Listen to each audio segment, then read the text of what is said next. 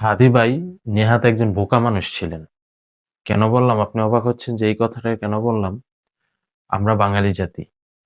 তিনি ইনসাফের কথা বলতেন, হক কথা বলতেন, দুর্নীতির বিরুদ্ধে কথা বলতেন, যে জায়গায় অন্যায় হইতো, অবিচার হতো সেটার বিরুদ্ধে কথা বলতেন। তিনি ফেসিবাদের বিরুদ্ধে কথা বলতেন, কালচারাল ফেসিবাদ থেকে শুরু করে সমস্ত ফেসিবাদের বিরুদ্ধে উনি কথা বলছেন।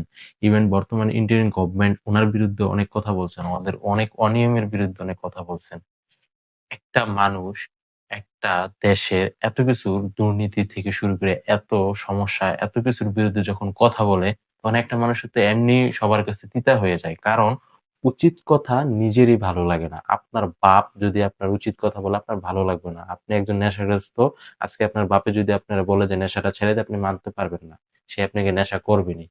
এটার নামে হচ্ছে গিয়ে উচিত। উচিত নিজের বাপ কইলেও ভালো লাগে না। নিজের ভুলটা নিজের অন্য কেউ ধরায় দিলে কারো ভালো লাগে না। তো এই হাদির মতো লোক বাংলাদেশের এত করাপ্টেড সিস্টেমের বিরুদ্ধে যে কথাবার্তাগুলো বলছে সেগুলো তো আপনার ভালো লাগবে না। এজন্য আজকে এই হাদি ১ মাসের উপরে হইছে, মারা গেছে, যেন কারো কিছু যায় আসে না।